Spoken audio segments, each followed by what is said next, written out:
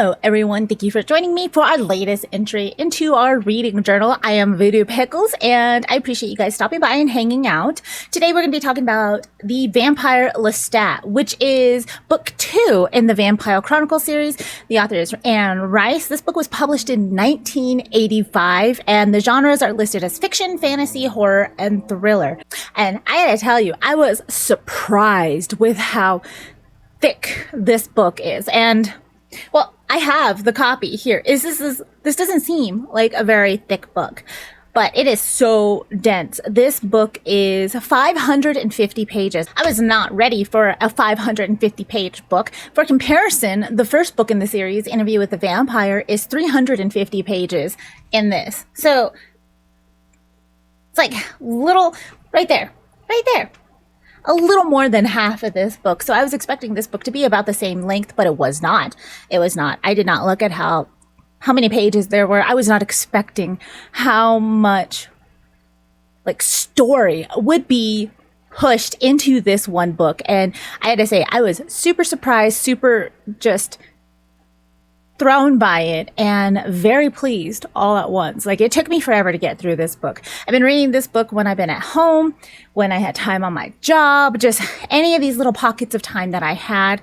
And it took me almost a month to finish this book, but we did it. Yay for us. We finished it, and it is so great.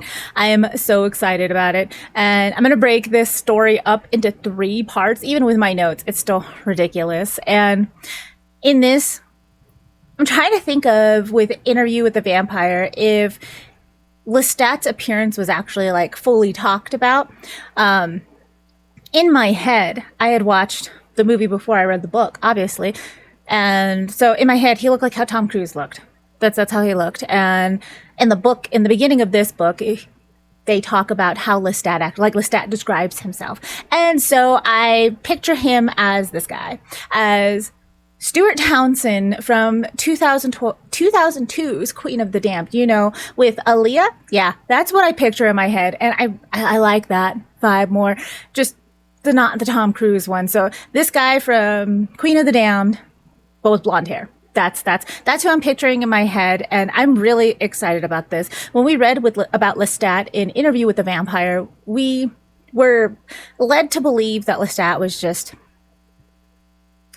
not a serious person. He just killed without consequence, without conscience. He was just kind of there to spend money and to just, I guess, kind of have a good time. So this book is all about his story. And the first part of this book is the very beginning, where Lestat wakes up from a deep slumber in 1984 New Orleans. And he wakes up because he hears music. He hears the different speech of the people going by. He hears sirens, he hears vehicles, he hears TV. And he's able to throw his mind out there, like the vampires in this series are able to do, and see these humans and see what their thoughts are and everything. He's super excited about this. So he rises up from this deep slumber and he finds the band that he's really fascinated with and tells them that he wants to be a part of their band and he wants to make them famous. And they're like, okay, guy, sure. And he was like, no, legit, I'm a vampire. I will make you famous. And he tells them his name is Lestat. And at this, they were at first like, okay, you're giving me some weird vibes, but okay. When they hear that he says his name is Lestat, they're like, oh, like that book. And one of the band members scurries off and goes to get his copy of the book, which is old, beat up, held together by rubber bands. And so they're like, that's great that you went with somebody who is not as well known, but Lestat's pretty great, a pretty great name. Lestat sees it, and it is a copy of the Interview with the Vampire. And he leaves for about a week. While he's off, he reads the book, is super pissed at Louis. And he's just so upset with how he was portrayed in the book. And he's upset by it. He's annoyed that this part of him was shown and that his full character wasn't. So he decides he's going to start a war, because that is the rational response to reading a hit piece on yourself in book form. So to start this war, he gets a lawyer. And through this lawyer, he sets up the best directors for music videos so he can start making music videos with this band. He sets up meetings with record labels and studio time to get those records taken care of, and he brings himself back to the band, and he gets bodyguards for his band because he loves his little mortal band. So he starts to protect them, has them getting ready, has them going off, doing all of these things. And then he's like, I'm going to write my story. I too will write a book. And this is like the first chapter and a half of the book. Like, this setup is in the first part of the book. The second part is Lestat's backstory, which is definitely the super chunkiest part of this book. Like, the first part and the third part are only like a chapter or two, maybe 3. The rest of it is this. So we learn that Lestat is the youngest of 7 sons from a French marquis right before the French Revolution. And his family is just about destitute. All of the money has been spent. Any money that's been coming in is super spent very quickly. And because of this, he, as the youngest son, doesn't have any responsibilities to the family, so he decides he's going to become the hunter. He provides for his family by going out into the woods that his family owns, so he's the only one who legally can hunt in those woods. So he provides food and furs for his family, and that's just kind of what he does. When he's out hunting and everything in the village, he hears that there's a pack of wolves that have been scaring off the deer. They've been taking what they can. They're getting super close to the village. People are starting to get scared. So he decides he's going to hunt down this pack of wolves.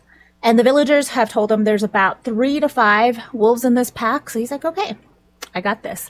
He gets on his horse. He packs a hunting rifle, a pistol, a mace, and 2 of his hunting dogs that he raised from puppies. And he goes off into the woods to hunt this pack. While he's out there hunting, he realizes that there are more than the 3 to 5 wolves. There's about 8 wolves.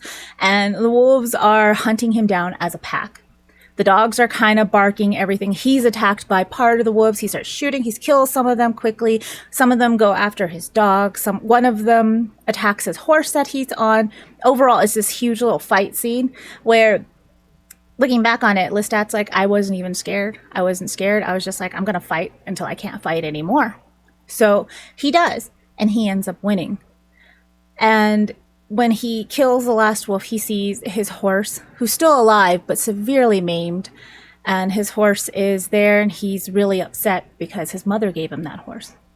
And he sees his dogs that are lying there, and they're dead, and he has to put down the horse, and he's like, all right, I can't carry all of this back.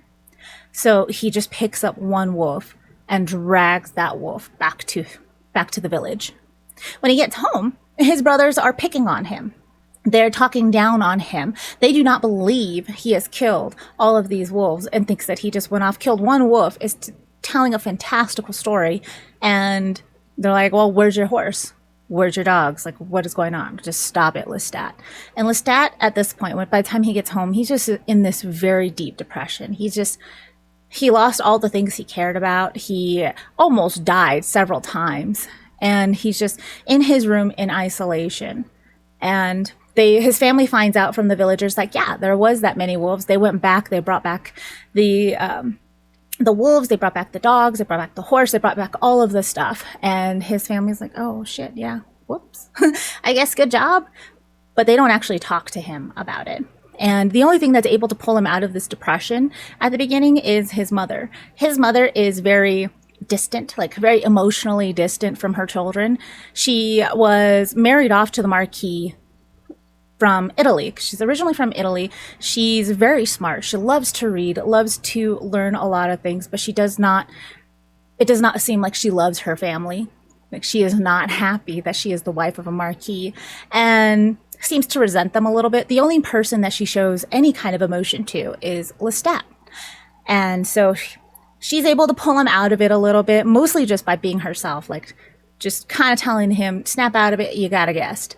And downstairs, there is the son of one of the very wealthy merchants in the village who is presenting Lestat with a jacket and a cloak and everything made with the wolf's fur as a thank you from the village.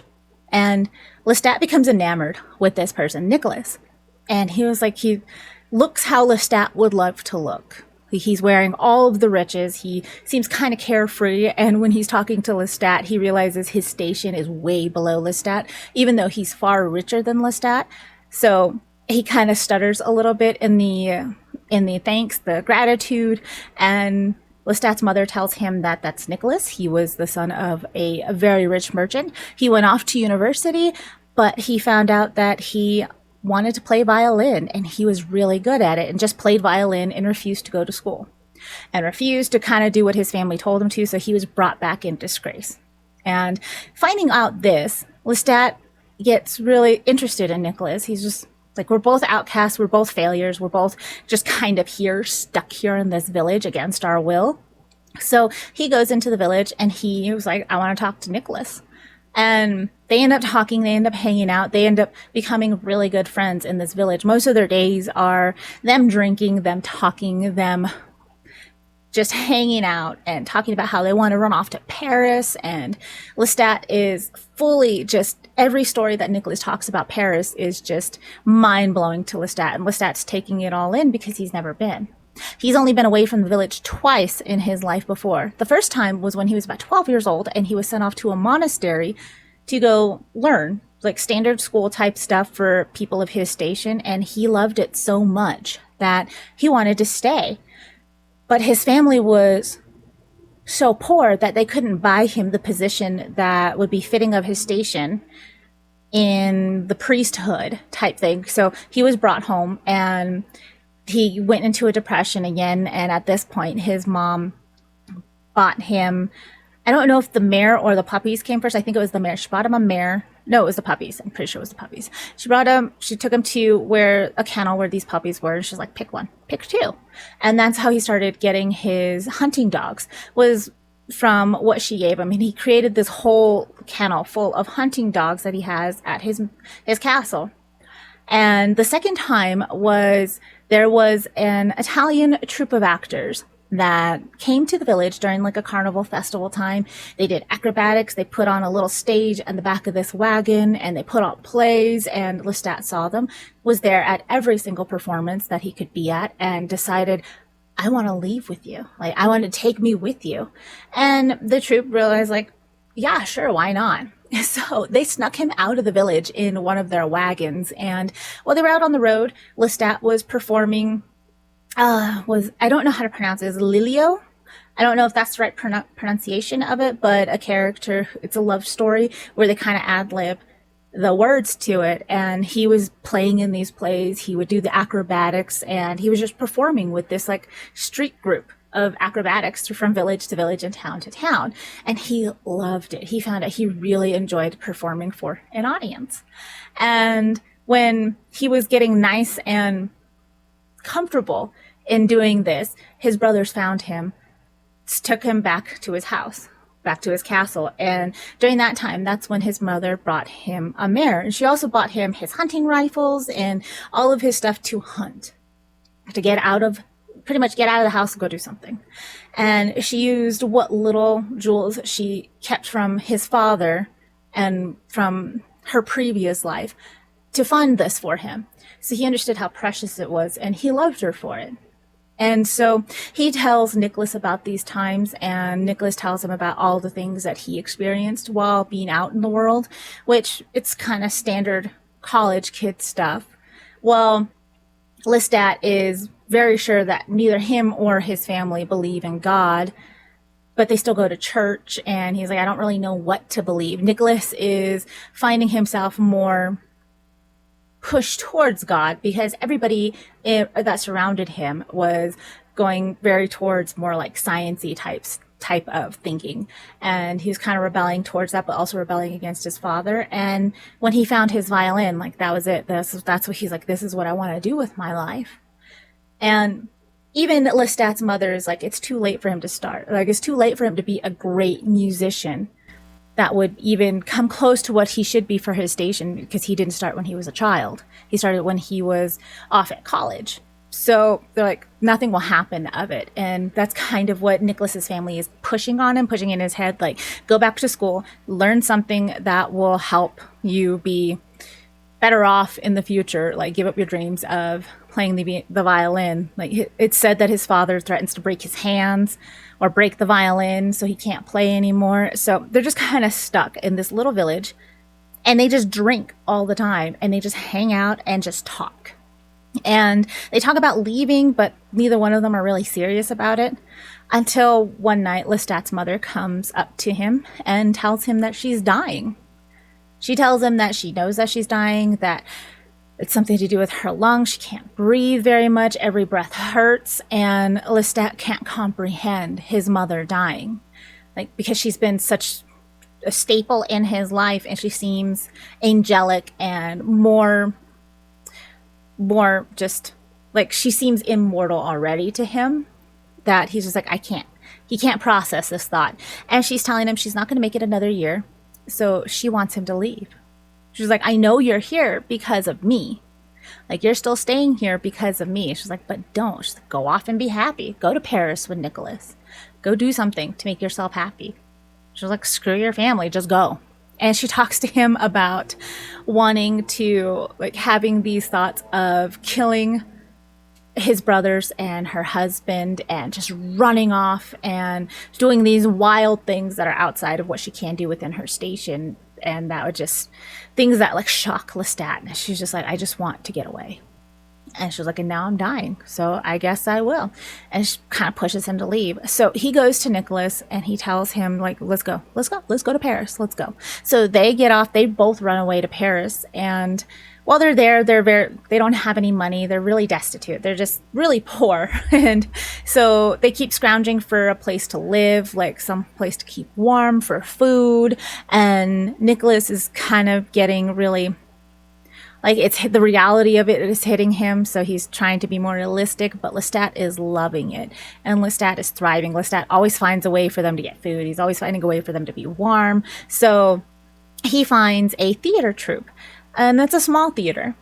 And he auditions, and he's like, I want to be an actor. This is what I want to do. So he joins this theater, and Nicholas joins as well.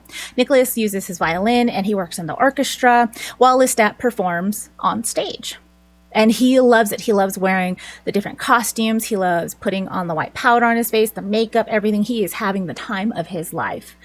And Nicholas is there, and they're just both kind of surviving like they do, enjoying the theater, drinking and hanging out with everybody, and kind of not having a care in the world. Like, they have enough money for their room, they have enough money for wine, to eat, and to just be in a part of this theater. And during one of his performances, Lestat sees a white face in the audience, and he's looking at this face, and he's like, that can't be real. Like, that's got to be a mask, right? There's no way this is real. And while he's performing, his eyes keep going back to this white mask face, and he's like, I don't know what this is. At the end of his performance, he tries to find this person, whoever's wearing the mask, and just kind of be like, hey, who are you? And he can't find this person, so he just goes off with Nicholas, and they go about their life. And then during that night when they're asleep, a vampire breaks into their room, pulls Lestat out through the window, and just runs off into the night with him. And takes him all the way to this giant tower that has, like, no walls really on it. Like, it's an open walled, like, tower, like the top of it, and there's a bed there, and he drains him of his blood. And he drains him not enough to kill him or anything, but almost kill him. He drains him, and then he leaves him there. During the day, Lestat wakes up. He finds there's wine there, there's beef stew, and he drinks all of it, eats all of it, and then when night comes, he's telling the vampire to let him go. He's like, take me back at once type stuff. And the vampire drains him again.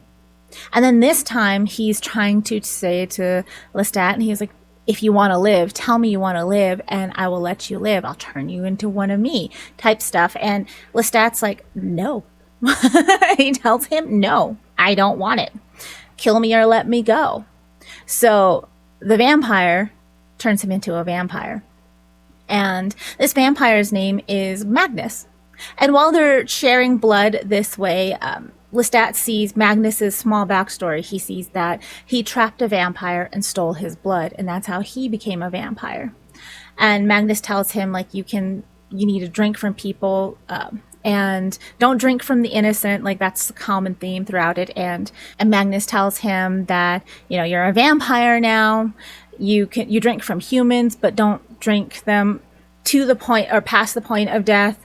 And he was like, I have riches for you here. I have, if you go down, they takes him down to this little tunnel area, and he's like, pull that rock. He pulls it, and he was like, if you go in there, there's a crypt for you. There's riches there. Live your life. And Lestat's kind of freaking out, and he's like, what's going on? And Magnus is like, I'm done. He's like, you will be my protege. You will be here. And he calls him Wolf Killer and alludes that he knows a lot about Lestat. So Lestat's like, well, you'll be here too. And Magnus starts building a pyre, and he sets it on fire, and he's like, no, he's like, I'm done with my life. He's like, make sure when I'm fully burnt up that you take my ashes and scatter them so I don't come back. He's like, promise me that. He's like, but there's riches there to live as you will. There, you can have this tower. And he's like, I give you everything. And he steps into the fire and burns. And when he does this, Lestat feels really upset. He's really upset that like his maker left him. So he goes in there. He sees that there are some clothes in there for him. He opens up the chest. There's gold. There's jewels. There's all types of stuff. There's a tomb in there. And so he gets into the tomb. And then he wakes up the next day and is thirsty. So he goes to try and find something in this castle. He sees that there is a whole room of corpses, and he can't stand the smell of corpses or anything dead. And with his enhanced smells and his enhanced abilities, it's just even more repulsive to him. And he realizes that they all look like him. They are all blonde. They are all have like similar facial features. They all look like him, but there's stacks and stacks and stacks and stacks of bodies all over the place. And it looks like from what Magnus was doing while he was trying to find his protege, that he was taking people who look like Lestat from all over the place, all over Paris, taking them to this tower and putting them through these little tests. And he would keep them in the crypt, I guess, if the test wasn't really working as well, and kind of feed them sometimes and just let them die, and then just left them there. Like if they didn't pass this test, they just went there to die. And so he kind of starts freaking out about that. And then there's a human that comes in that was serving Magnus, and this human is super upset that Lestat is not in the cage, that he did not fail Magnus's tests, and that Magnus is gone. And Lestat can read his mind, can sense his thoughts, his feelings, and realizes that this guy wants to kill him. So Lestat drains him. And then he's like, okay, I'm a vampire. Like, this is my life now. So he goes through all of the gold. He finds himself some rich garments and is kind of like, what do I do? I don't really know. He's like, I know I can't go back to Nicholas. He's like, I can't explain what's going on to me. I can't explain what happened, but I want to make sure they're taken care of. So Lestat goes to a lawyer, and he starts sending money to his father, and his father back in his village, he starts sending money to Nicholas. He starts sending gifts and presents. He sends letters to his mother. He sent letters before when he was in the theater, and now he sends them again, but as a vampire, and he starts sending money to her as well in gifts. And he goes to the owner of the theater and pays off his debts, like pays off this theater owner's debts, and gives him money to upgrade the theater. And he's just kind of doing all this philanthropic stuff to these people, and he just feeds on criminals in Paris. And when he's feeding on the criminals, he starts going around to villages trying to just kind of see what's going on. He's like, I'm pretty sure I'm alone. He's like, I don't think there's anybody else out there. And during one of his trips to the villages, he feels a presence. But he keeps, in the villages and in Paris, he keeps feeling this presence of something else like him. But every time he goes to challenge this thing, it runs away. So he's like, maybe they're not smart. Maybe it's something different. I don't know. He's just off living his life. He pretends to eat in taverns and to gamble. He goes to balls. He goes to different theater performances. He continuously keeps paying money out to Nicholas, his mother, and his father, and to the theater guy. The theater guy is like, let's co-own this. Like, come back. Let's co-own this. We can make this bigger and better. And he's like, I'll co-own it with you, but I don't want to be there right now. Like, I got other things to do. So while he's off doing all of this type of stuff, Nicholas is in a deep depression. Nobody believes him that Lestat was kidnapped, which he woke up to Lestat screaming his name and the broken window and hearing something go out. And so he's like, something's not right. And he's like, and why won't Lestat come back to see us? Why can't I see Lestat? Obviously something's wrong. And everybody's like, he's fine. He's okay. Look, he gave us money. He gave us gifts. Don't you like your new violin? And Nicholas is just super depressed and he just really wants to see Lestat. And Lestat's just kind of tangling with himself. He's like, I can't go see Nicholas. He's like, I can't let him know what happened. And through his lawyer, he's trying to send money to his mother to tell her, he's like, here, leave the family, leave the village, go back to Italy. He's like, just with the time you have left, take this money and go. And the lawyer tells him that she did not go to Paris, or she did not go to Italy. She came to Paris. And Lestat's super upset by this. He's like, why would she come to Paris? And he's like, well, Nicholas is there with her. She's dying. Like, she's on her way out right now. She came to see you, to say goodbye to you one last time. Like, she would make a trip to Italy. So Lestat is upset again. And when he goes to visit his mother, he sees that she's super frail, sees all, like, he can hear the things that are wrong with her. And he's like, all right, she's super frail. She's really legit about to die. So he can't stand it. He really can't stand it. So he lets her see him, which before, every time he has interactions with humans, he tells them that he has a skin condition and to please turn out the lights. He's super sensitive. So just one candle in the room. And most of the time when he throws enough money at people, it works fine. Like, nobody cares. They're like, ooh, gold. Yes. So his mother doesn't like that. And she keeps trying to see his face. And then he finally lets her see him. And she's just curious. She wants to know, what is he? What happened? And so he tells her what happened and what he is. And he asks her if she wants to be one too. Do you want to live forever? And she says yes. So in that room, he turns her into a vampire. And they climb out the window. And Lestat's like trying to grab stuff that she might want, but she's a newly born vampire. And she's just like, yes, I want to get out. I want to climb. I want to run. I want to do things. And so they run off throughout Paris. And he's trying to teach her how to feed and everything. She feeds. And through one of her victims is a young man. And she kills him very quickly, not even to feed because she fed already before, but to steal his clothes. So she looks like a young man. She ties her hair back with one of the ribbons. She wears the trousers. Everything just fully in the street, just completely changes. And Lestat's like, I don't know what's going on, but he's just really happy to have her in his life. And he realizes that once he made her into a vampire, he can't telepathically connect with her anymore. And that makes him super upset. He's like, conversing with her telepathically before she was a vampire was one of the best things that he felt. But they're running through Paris, and then when it's closer to dawn, he takes her to his tower.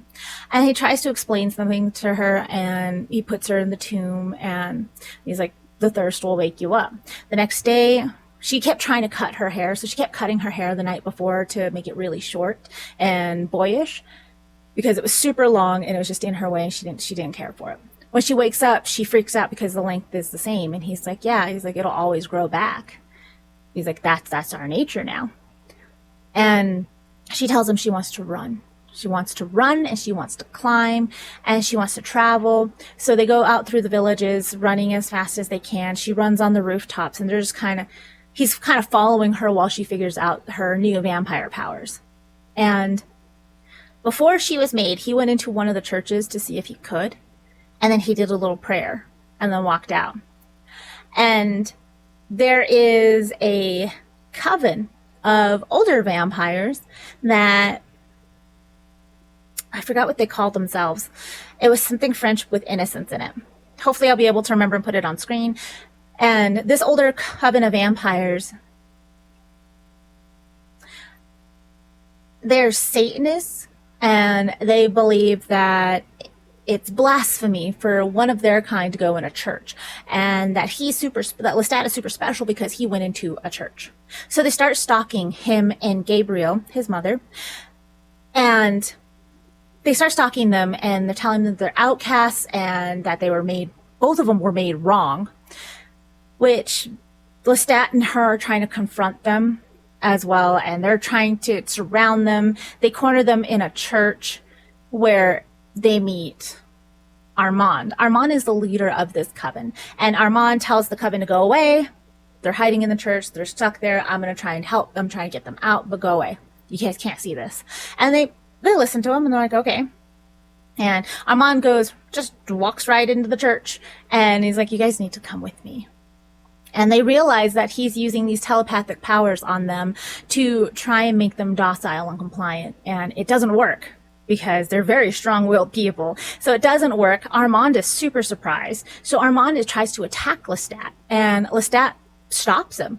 And Armand is super surprised. He's like, how are you this strong? So Lestat pulls out this telepathic thing, a blast in Paris, to be like, your leader is in the church. This is not blasphemous. Anyone can walk in and out of here. Like, come and see for yourself. So they have this whole confrontation, and they end up escaping and leaving and hiding in a church in a tomb.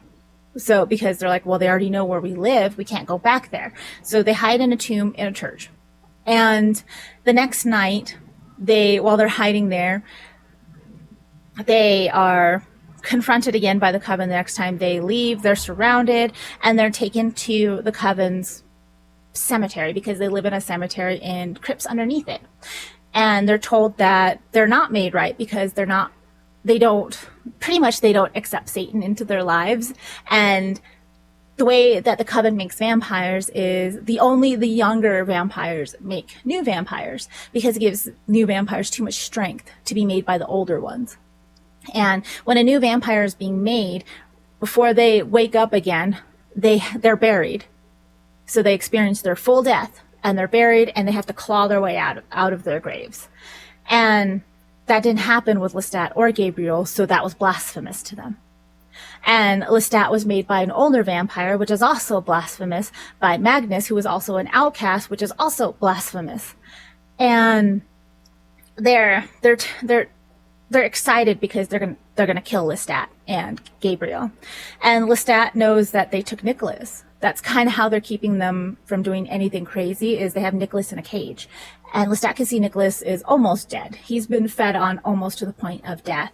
And while Lestat is there, he just starts talking to this group of vampires and pretty much telling them they're stupid. He's like, you guys can all walk into churches. He's like, I did it. He's like, you guys can all walk into churches. He's like, why are you guys here underneath a cemetery? And they're all wearing the clothes that they were made in. And depending on however long ago that was, some of the clothes are all rotten and falling apart.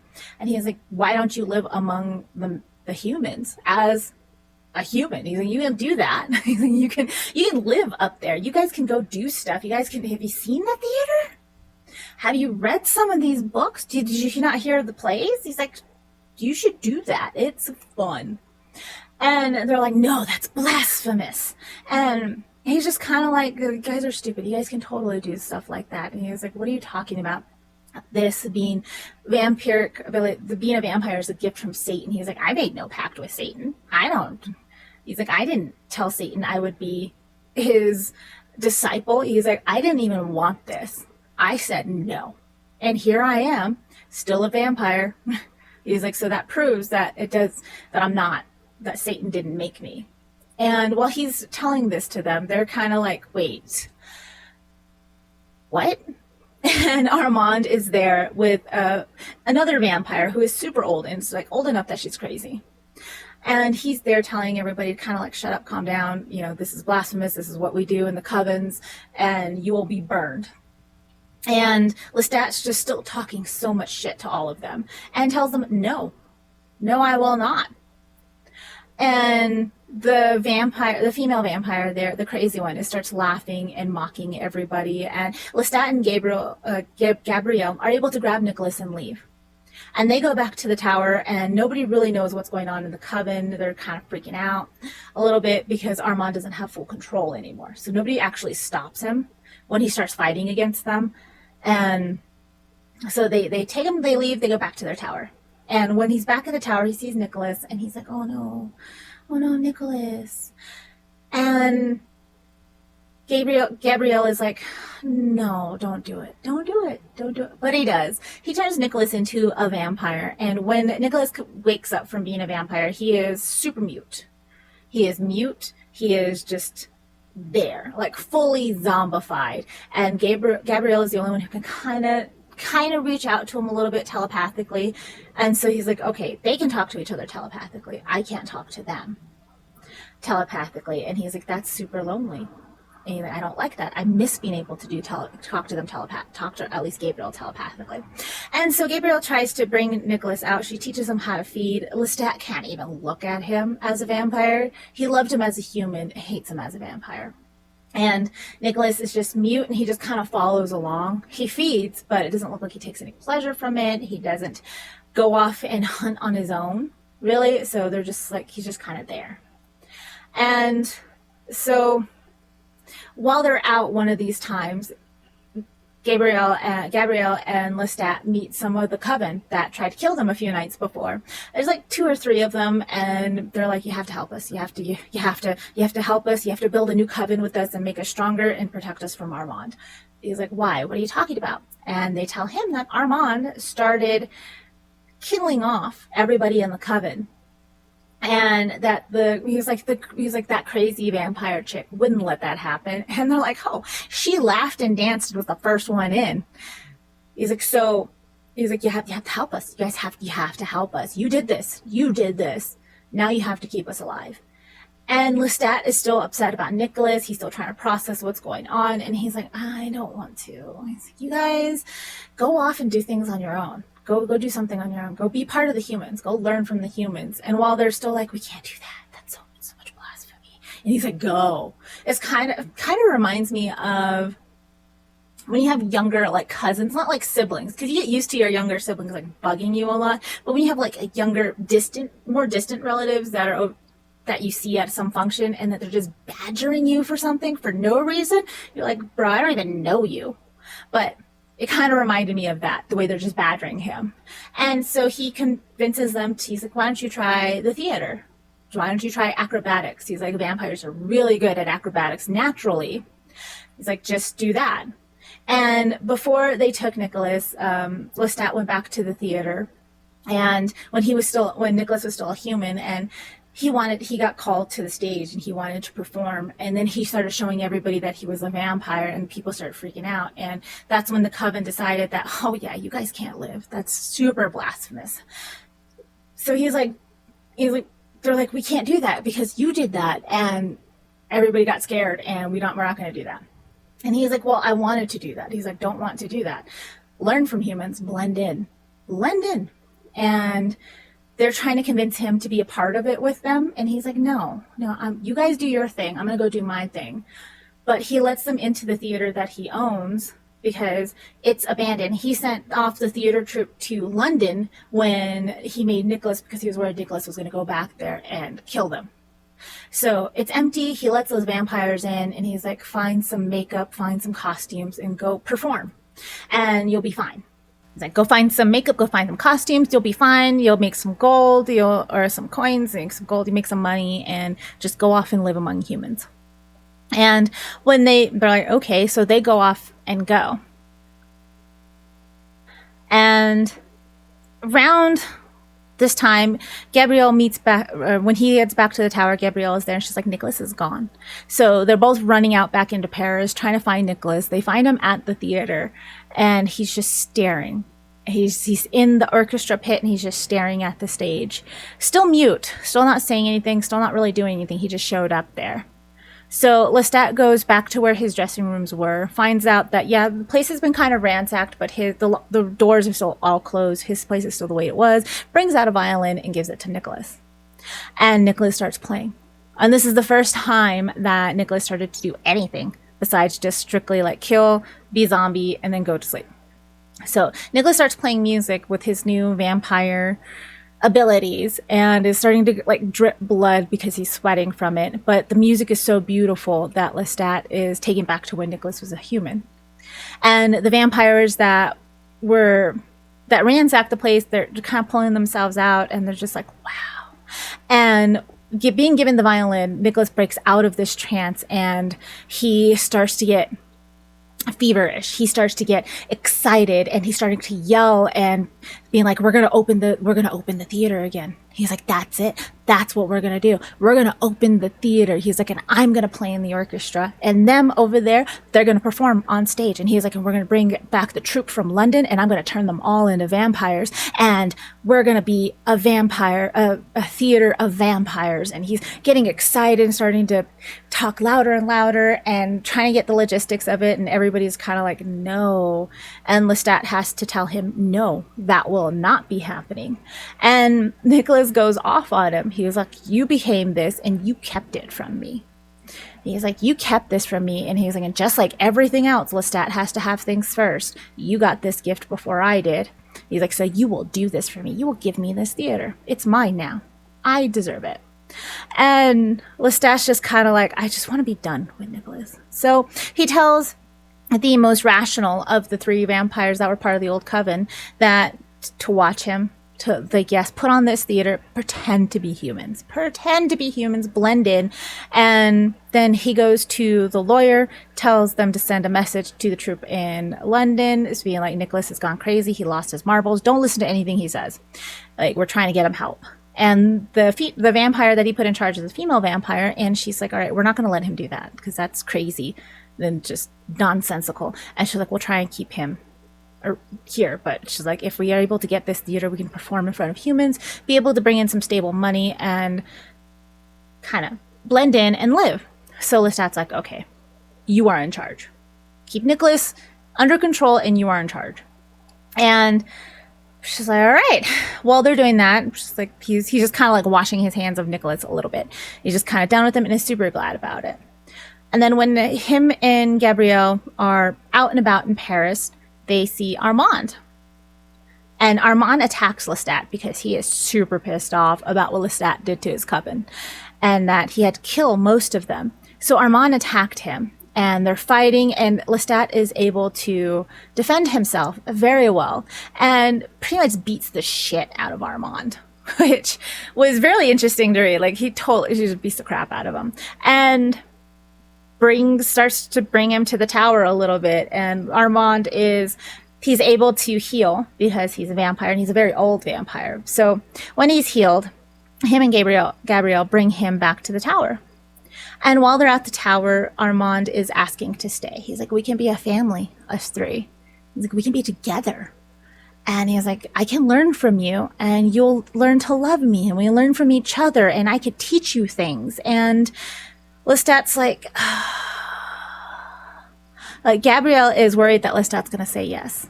And then we learn Armand's backstory. Armand's backstory is centuries earlier when he was made, he was a slave. He was still stolen from his lands and as a child, and he was made a slave. And while he was very young, he was bought by a vampire. And he realized that he was bought and he's like, I just need to live or die. He's kind of getting to that point of depression where he didn't really know what to do. And he's very young. And he realized that he was bought by Marius. Marius the vampire bought Armand and took him to his home and showed him his art, which he drew stuff that would go into cathedrals. He was a magnificent painter. And Armand started learning, like, he started being fed, he started being taken care of by Marius and his servants and his apprentices. He had several apprentices that were learning how to paint from him, and Armand was learning from those apprentices how to prepare the paints and how to do all of the things. And while he'd been there for a few months, Marius decided that he was going to make him into a vampire. So he does. And when he makes Armand into a vampire, he teaches him how to feed, and he's telling him, we only feed on evildoers. We don't feed on the blood of innocents. And he's teaching him how to read and just kind of enjoying life. And then one night, a coven, just like his coven that attacked Lestat, attacks Armand and sets him on fire. And he learns that he learns right before that Marius leaves every now and then, very sporadically, and he tells Armand, he's like, I'll be gone for a bit and I'll be back. And well, during one of these times, he tells Armand that I need to go take care of those who must be kept. And when he's burned up, Armand is kind of like, he escapes, and Armand is just drifting through. He doesn't really know what to do. He really doesn't know where to go, because all he has known is the slavery and then Marius. So he ends up going to one of the covens in Rome. That is the main coven that the offshoot that killed Marius was a part of. So he ends up going to one of these covens, and they accept him in. They teach him their ways. They're the ones who teach him that vampires are Satanists, that vampires can't go into churches, and that there's rituals that must be had to making vampires and to keeping the laws of vampires going. And they teach him that, and then he gets his own coven in Paris. And he's just the leader of that coven for like a century and a half, a couple of centuries. Doesn't really say how much time, or it does. I forgot. But he's just the leader, and that's all he's known. And he's like, I want to learn from you. He's like, let me be with you guys. We can be a family. And Lestat tells him, no, you can't stay here. We're not going to stay here. You can't be with us.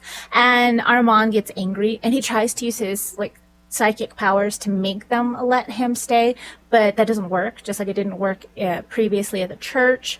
So Armand is cursing Lestat and telling him that he will have ungrateful, I don't want to say children, but the people that he makes will be ungrateful, and they'll leave him and they'll try and kill him, and he will forever be alone, and he will rue the day that he did not stay with Armand type stuff. And he's like, Gabriel will leave you. Like, she's already trying to. She's already close to leaving you. And Gabriel was like, you don't understand. Like, she interjects. She's like, you don't understand. She was like, I love Lestat, and Lestat loves me. She's like, no matter what happens, if we separate or not, just like when we come back together again, we will be able to reconcile any differences that we may be having. And this pisses off Armand all over again. And they're like, just go.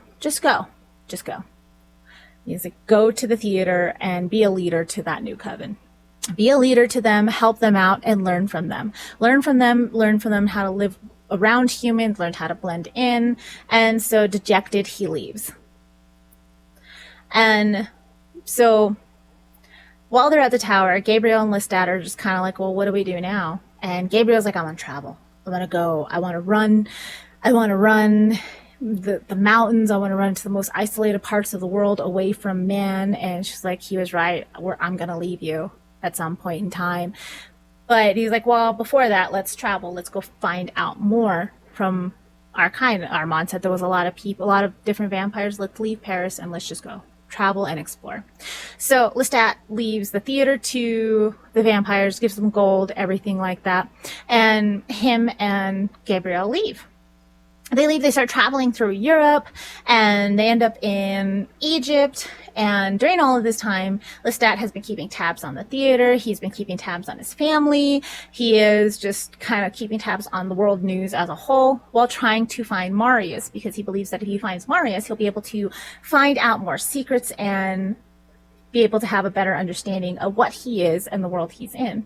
And while he's doing this, Gabriel is taking extended periods of time where she's just gone.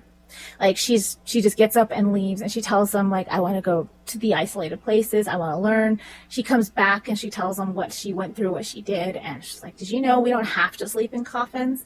She's like, you can sleep just in the ground, in earth.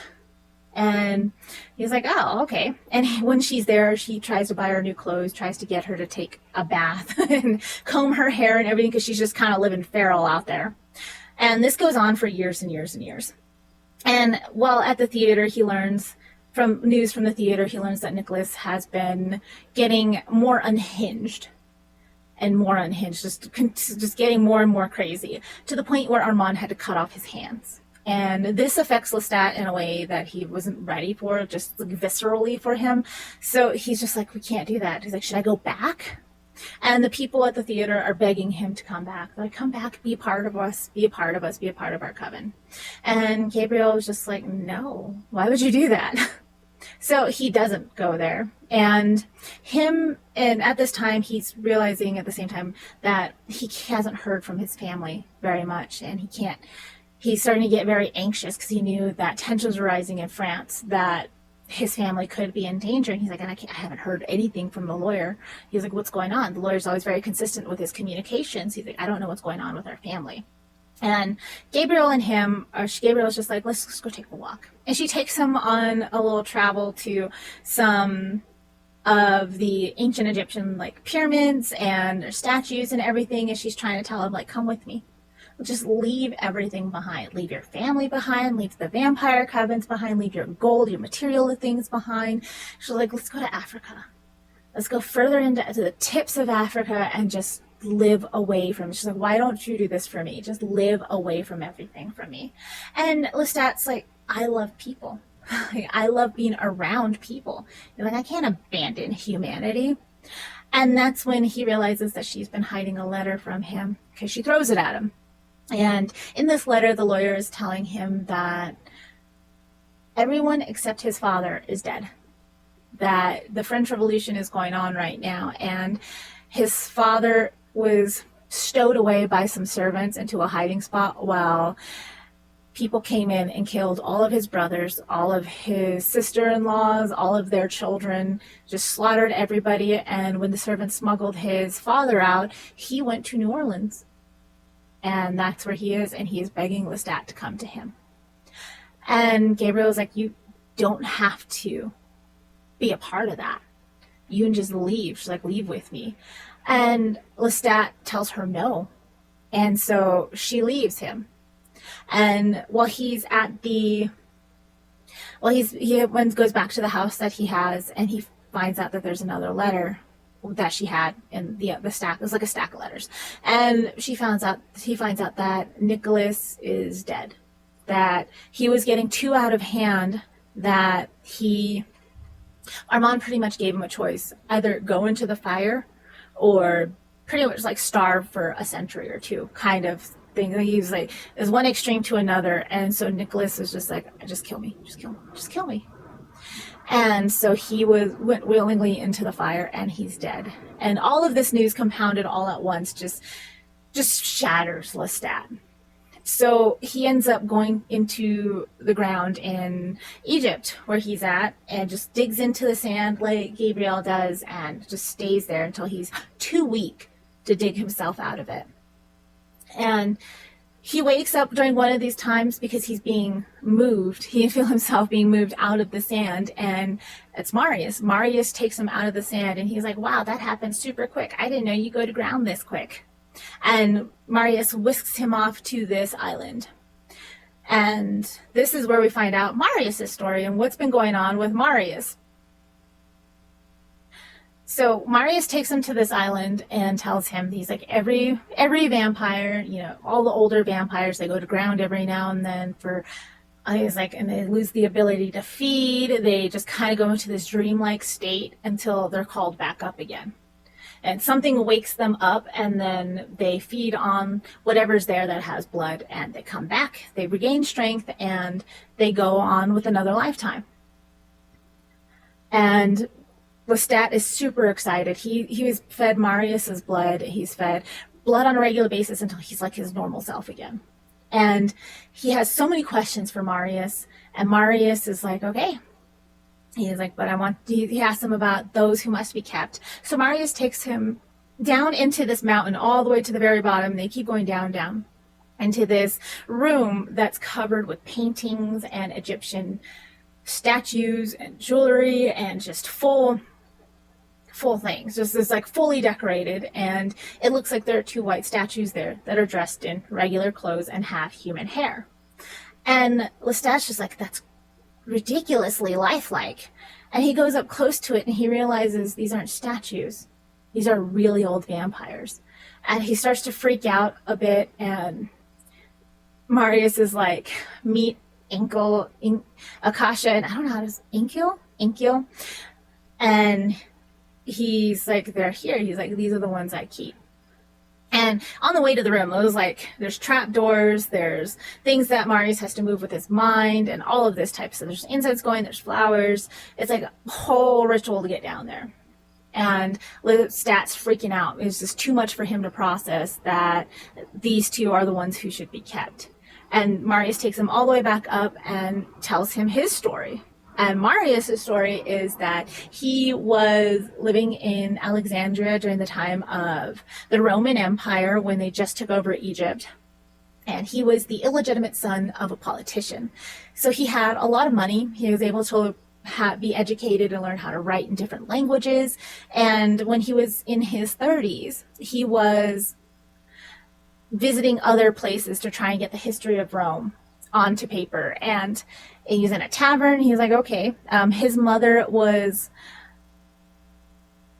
I don't remember the name of the tribe. I want to say Celtic, but that's not it. More like Viking-ish, like tall, blonde. She came from tall, blonde people that fought against the Romans and lost in one of their giant wars. But he looked like that. He was super tall. He has very light blonde hair, blue eyes, and he meets somebody in the tavern that kind of looks like him, and he's an observer, and he writes down everything he observes. This guy approaches him and starts talking to him in their native language, and Marius is like, I don't speak that. And he's like, are you part of this tribe? And Marius is like, no, I am Roman. And this guy asks him very basic questions. He's like, I see you're writing. Do you write multiple languages? He's like, oh, so you're educated. Marius is like, yes. Well, all the while he's waiting for his slaves to come back so he can leave because this guy's making him super uncomfortable. And he's like, can you read, he's trying to ask him if he can read the pictures down in Egypt. And so hieroglyphics, can you read hieroglyphics? And Marius is like, no, but I would love to learn how to do that. He's like, nobody really knows how to do that. And he was like, oh, but you can learn this. And he was like, if I had a teacher, yeah, or if I had the materials, I could learn this. And he's like, okay, so do you want to go to Egypt? And he's like, eventually. And then he is kidnapped by this guy in his tribe. He's taken to this druid-run chamber. It's like a village, and he's kept locked in a room. While he's locked in this room, he is told that he was chosen to be made into a god, and he meets the specifications from their current god that he asked them to find. And Marius is like, this is just all bullshit. You guys are crazy. There is no other, like, this doesn't make sense. And they keep telling him this while they keep him locked there. And he's like, we offer this god sacrifices on the full moon at pretty much the fall. And so they're waiting for that time to come to give Marius to this god. And while he's locked there during the days, he is given, Male is the one who kidnapped him, and comes in, teaches him lessons about the Druids, about their tribes, teaches them their songs, their folklore. And Marius is like, this is stupid. None of this makes sense. And you will see when the time comes, and you'll be made to look like an idiot. And when the time comes, Marius is dressed all in white. He's fully covered from head to toe. Nobody knows what he looks like except for Male and the Druids that were around him, fed him and kept him alive. He is taken to this area that has 2 giant effigies. And then there are sacrifices lined up. There are people who were like convicted of crimes. There's people like prisoners and killers and everything. And there are people who are willing sacrifices, and they're all lining up. There's this huge crowd around these 2 effigies, and Marius is being taken in a wagon to this giant oak tree. And the oak tree's still alive, and Marius is in awe of it. And Marius looks around. He realizes that there's this giant iron door that takes 5 of the Druids to open. And they hand Marius a torch, and they're like, well, go in. And he's freaking out. He goes into this tree, and in the middle of the tree is their god. And their god is super charred. Like, looks skeletal, his skin, like there's almost no skin on him, and what skin is there's charred, like his teeth are showing through his lips because his lips are burned away, his eyes are yellow. And this god tells Marius that he told his followers that he needed somebody who was educated, somebody who can read hieroglyphics or who can learn, and somebody who wants to go to Egypt. Like, those are pretty much his 3 specifications. And he needed this person to be made into a god like him to find out why everyone was burned. He said that not too long ago, every one of his kind was burned, and only the older ones, all the older vampires, are able to survive, but they're still currently in this burned state. All of the younger vampires were completely wiped out. They fully ashed, they just burned right up, and he needs to go find the mother and the father to see why this is happening. And he tells them about a little bit about the mother and the father. Like, they are the creators of all vampires of all their kind, and he needs to go down and find them and figure out what happened. And he's like, that's the only one to save. They're the only ones who can save us. So this god drains Marius, and then drains himself, giving blood to Marius, and then redrains Marius, and then gives more blood to Marius, and then redrains. And this cycle goes on for a while until he fully makes Marius into a vampire. And he tells Marius that he needs to escape from their followers. He said it's very seductive being pampered and fed, but he tells him that pretty much the gods of this tribe are kept in this oak tree. And during the full moon on their specific holidays, they're brought sacrifices to be fed blood, and they rain down their judgment on the tribe. And then after that, they're locked back in the oak tree to starve. Just like, he's like, to starve and die just like the earth dies in winter. And then they come back again with the sacrifices like in spring. So he said that Marius needs to escape before they lock him in the oak tree, and that he will most likely not survive because there can only be one god. And so Marius leaves, lets the people outside know that he is now the new god, and he takes the sacrifices and he gives them their judgment, and before they lock him in the tree, he escapes. And while they're running after him, he's like super fast, so he goes as far as he can, and instead of going to Egypt, he goes back to his old home in Alexandria.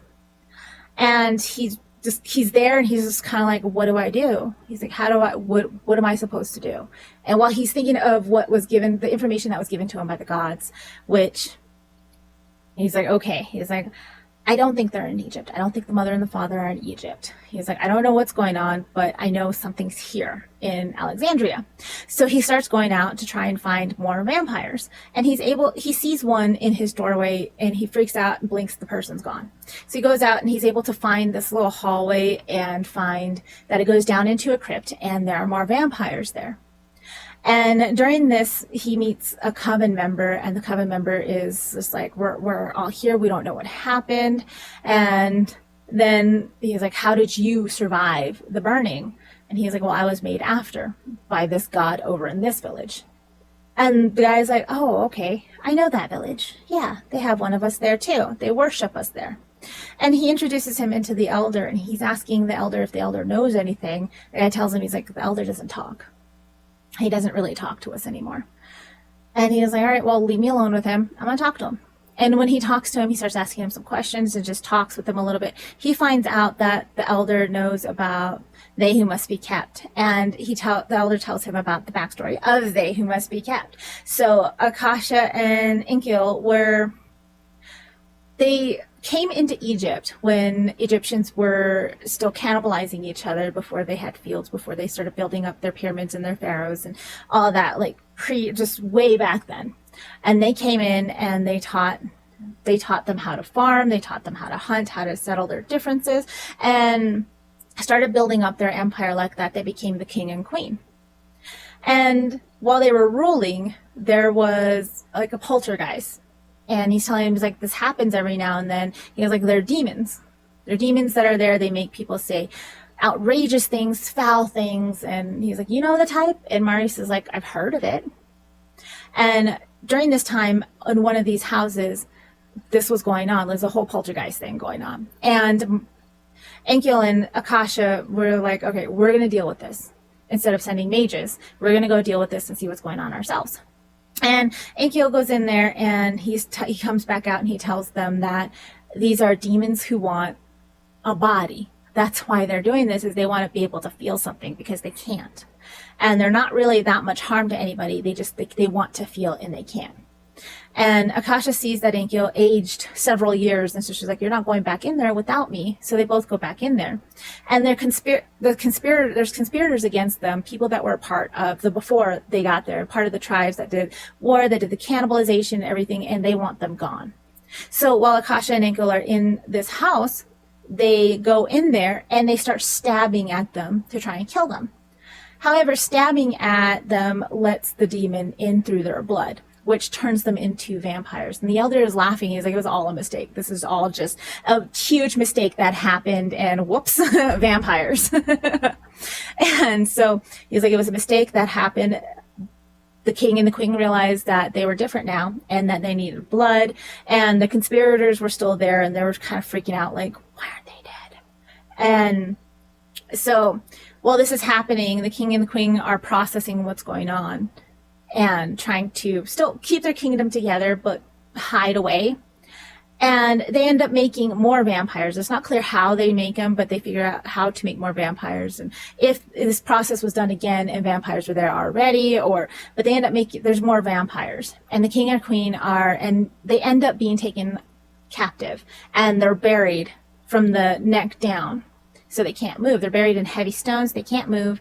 And they're fed on by all the other vampires and all the other creatures that are there, to the point that they stop screaming. Because before they're screaming, they're begging to be let go. They're fed on so much that they stop screaming, they stop begging, to where the vampires that are there now never heard them beg, never heard them scream. Like, it's been so long. And they don't move anymore. And so during one of these times, they break out of these stones and nobody saw them move, but they're still statue-like. So this is when they became very statue-like. And they have a cult of people that worship them, and they don't try to rebury them. They ask them for their blood now. And most of the time they let them drink from them. And sometimes they take sacrifices to replenish their blood. Sometimes they don't, but they're very statue-like and they don't really move. Nobody sees them move. So they're kept this way. And then when the Romans were brought to Egypt, they were taken out of Egypt to make sure that they were kept safe, and they have a cult of people that keep them safe. And it's always one of the vampire's responsibilities to keep them safe and keep them kind of content and happy, and just be their keeper. And the elder tells him that the person who was responsible for keeping them got sick of keeping them, got sick of their silence, got sick of everything, got sick of being a vampire, and wanted every vampire to just go away. He was just sick of life, wanted everybody to kind of die, and maybe didn't even believe that anything would happen. So he brought the king and queen out onto the sand and left them in the sun. And when they started to burn, everybody started to burn, every single vampire. And they burned enough that it bronzed their skin, but they looked like marble before, but it bronzed their skin until they were like saved. And so that's what happened. That was the big thing that happened, was they were left out in the sun, they burned, and everybody else burned too. So all of the younger vampires just completely gone. They couldn't withstand it. And now they won't let anybody feed from them, so nobody's healing. And it'll take centuries for them to heal without their blood. So the elder tells Marius all of this, and Marius is like, well, where are they? And the elder's like, I'm not going to tell you. Why would I tell you? And so Marius figures out that the elder is the one that burned them. He was their keeper, and he burned them. And he hears Akasha in his head telling him to take care of them, to take them out of where they're at, or else they'll be killed. So he goes through and he tries to find where they're at. And he's able to find out where they're at and tries to take them out of there. A vampire tries to stop them, but he's able to stop this guy. This guy is super weak. So he's able to outpower him and moves them into wooden coffins and carries them out. And so he's like, all right, we're going to move you guys. It's going to be okay. He sends his slaves to go get some sarcophagi and some linens. He makes them look like mummies and puts them in the sand and tells them, it's okay, I'm going to take you out of here. I got you. And the next night, the elder is there screaming at him, where are they? And Marius is like, you didn't want this. He's like, you're the one who burned them. He's like, the guy was just like, I didn't know that would happen. I didn't believe that would happen. And he's like, well, why would you even want this? You put them out there in the sun. Why would you even want to keep them? And the elder tells him that he inherited them from a different vampire and he had no choice in the matter. And he's pretty much like, everybody should die anyways. Like, there shouldn't be any vampires. Like, this is a whole waste of time. And he goes to attack Marius and starts beating Marius and almost ripping off his arm. During this time, Akasha wakes up or comes out of the sarcophagi and squishes the elder. And she squishes him bit by bit and then sets him on fire with the lamp. So she feeds Marius her blood and tells him telepathically, she's like, take us out of here. So he does. He brings them to different places. He tells Lestat that he moves them every few centuries or so. He brings them paintings, he brings them jewelry, he brings them clothes, and they let him know through little things on what they would like. And he said every now and then when he goes to ground, that he goes to ground with them. And that they wake him up again and feed him their blood so that he's strong enough, and then he takes them all out, puts them in a new place, surrounds them with beautiful things of whatever era they're in, and the process starts all over again. And he tells Lestat that this is his life and this is what he does. And Lestat's like, I want to be here too. And Marius tells him no. He was like, you need to go. He's like, our time is limited here. He's like, well, I would love for you to stay here. He's like, you need to go live a life. And he tells him that that's a problem with making young vampires or vampires from young humans, is they've never lived a human life before. So they don't know how to properly transition to vampire, and they don't understand, like they don't have the cognitive skills to fully understand what's going on and how to approach things. He's like, I would have never have made, he's like, Armand is one of my biggest mistakes ever. He's like, I should have never have made him that young. He's like, but I was lonely, so I did. And so Lestat was just like, well, okay. And Marius tells him, he's like, go to New Orleans, go to your father, live out at least one human lifetime among the humans, as much of a human as you can. And he's like, down the road, he's like, you'll make others. And he's like, and that's fine. But he's like, don't tell them of me. Don't tell them of those who must be kept. And he's like, and when the time is right, I will come and find you to bring you to me, to live with me. So Lestat's super upset. And he's like, well, tomorrow I'll bring you a victim. Everything will be fine. We'll talk more later. He's like, I have stuff to do, but we'll talk later. And while Marius is gone the next night, Lestat decides that he is going to, like, he gets it in his head that he wants to play a song on the violin for the king and the queen. He doesn't really know how to play, but he said vampires are excellent mimics. So he's like, I've seen Nicholas do this so many times. I'm pretty sure I could do it. So he takes the violin out of his room, goes all the way down into the things. And right when I was thinking, how the piss are you going to lift the stuff mentally on the other side? The book tells us that it's already open. All the doors are open to let him in. So he goes in there and he starts playing the violin. And while he's playing the violin, Akasha gets up and she gets close to him and she starts holding him. And while they're kind of nuzzling, she offers him her blood to drink. And then while he's drinking, she drinks from him. And this becomes a very intimate moment that it pisses off the king to where he attacks Lestat. As she's trying to stop him, Marius shows up and they're both trying to stop him. Marius is yelling at him to get the hell out of here. Get out, get out, get out, get away, get away, get away, get away. He's like, no, I can't hold him. We both can't hold him. And he pretty much only stops trying to attack Lestat when Marius threatens to take Akasha from him and that he will never find her. And he pretty much is like, and you'll know she'll help me.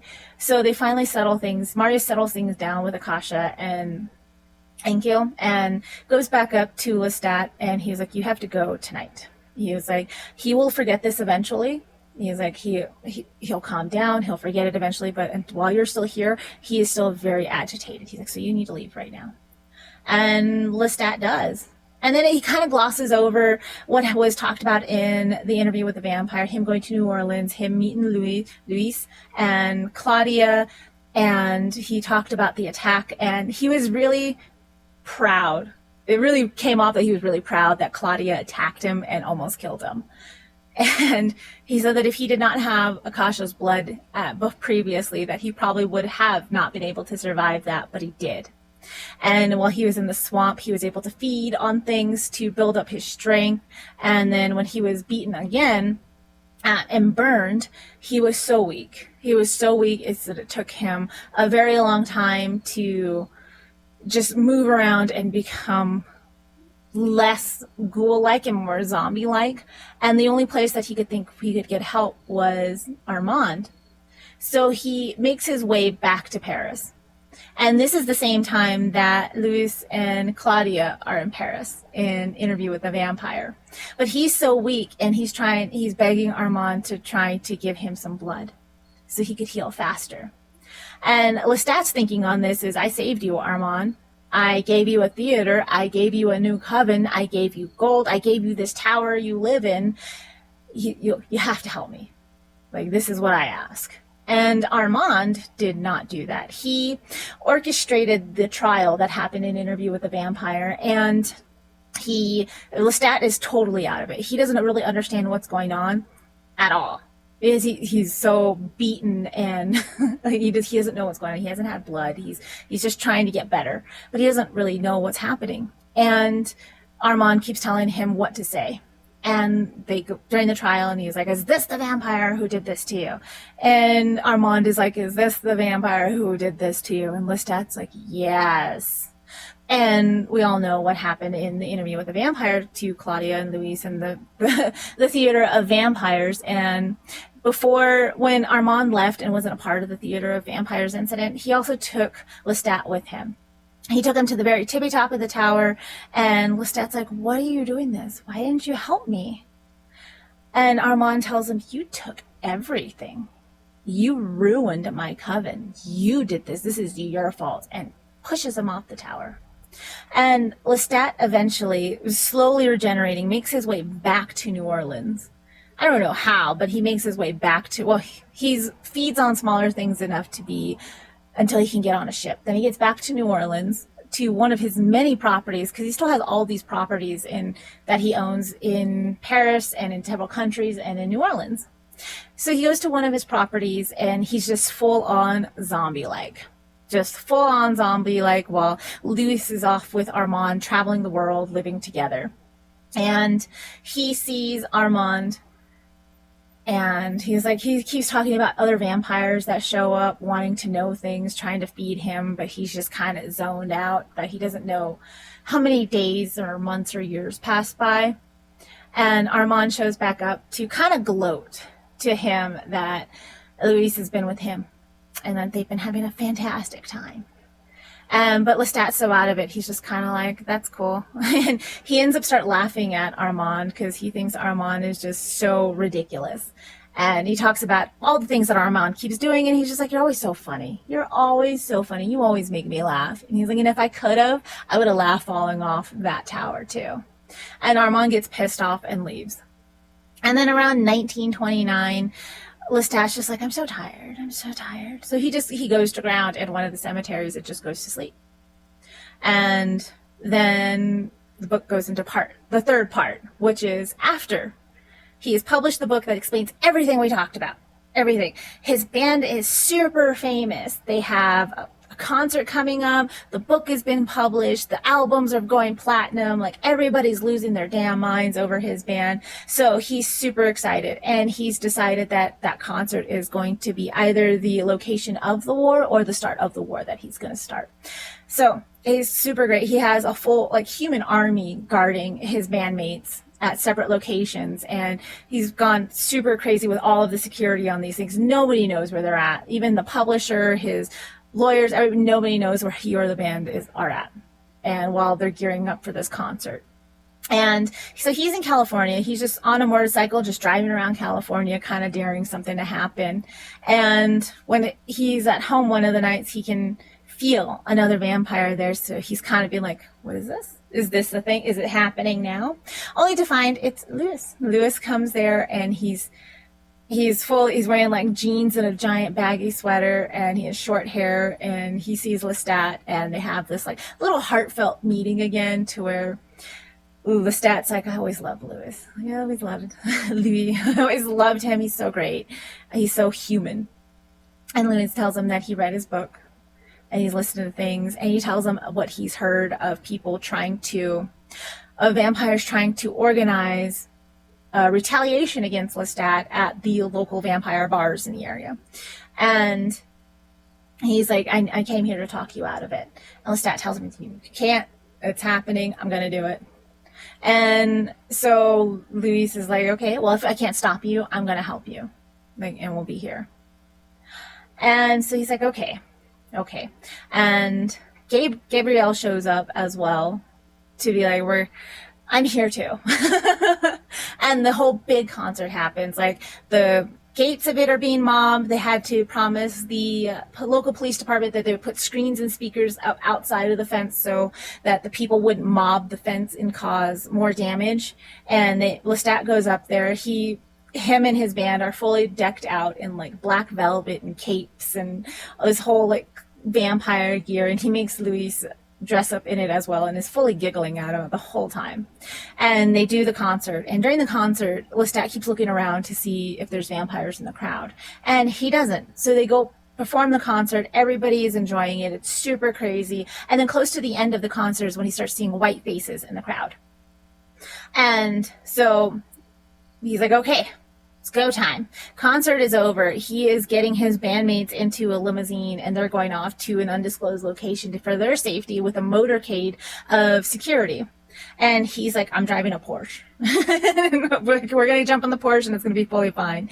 And they're being mobbed by both vampires and humans that got to their vehicle. When they get close to it, the vampires start attacking and the humans start freaking out about what's going on. So they're running, they're stampeding another way. And Lestat and Luis and Gabriel jump in the Porsche and are trying to drive and get away. And there is a van chasing them that has an iron grill in the front. And then this is where Lestat realizes that he never thought that other vampires would be modern.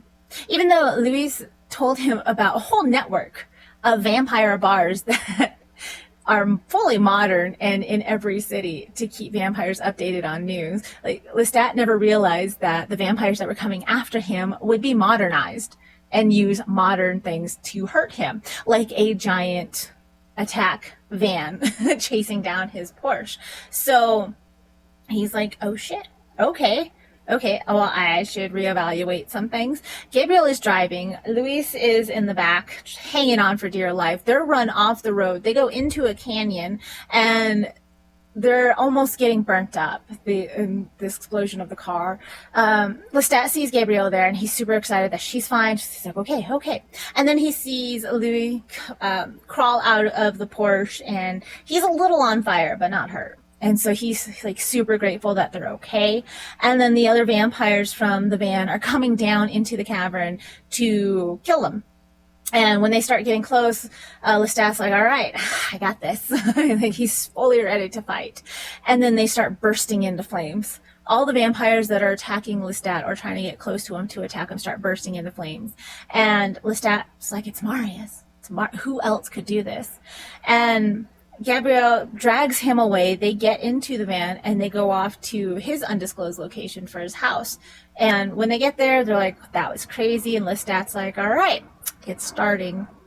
And he checks on his bandmates. He finds, he's like, they're okay. They're partying. They're excited. So he's like, whew, that's great.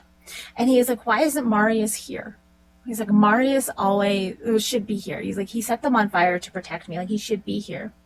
Gabriel is like, I don't think that was Marius. It's like, it felt more savage than Marius. He's like, Marius wouldn't do that. Like, Marius wouldn't feel that way. This present felt bad. Like, not really bad, but not Marius. And so Lestat has an idea. He's like, why can't I get a hold of Marius even telepathically? Like, he always said he could reach out to me. Why isn't it happening? So he runs out, and Luis and Gabriel are going to ground in, like, I don't know where exactly, but it's almost daytime, so they're getting ready to sleep for the night or the day.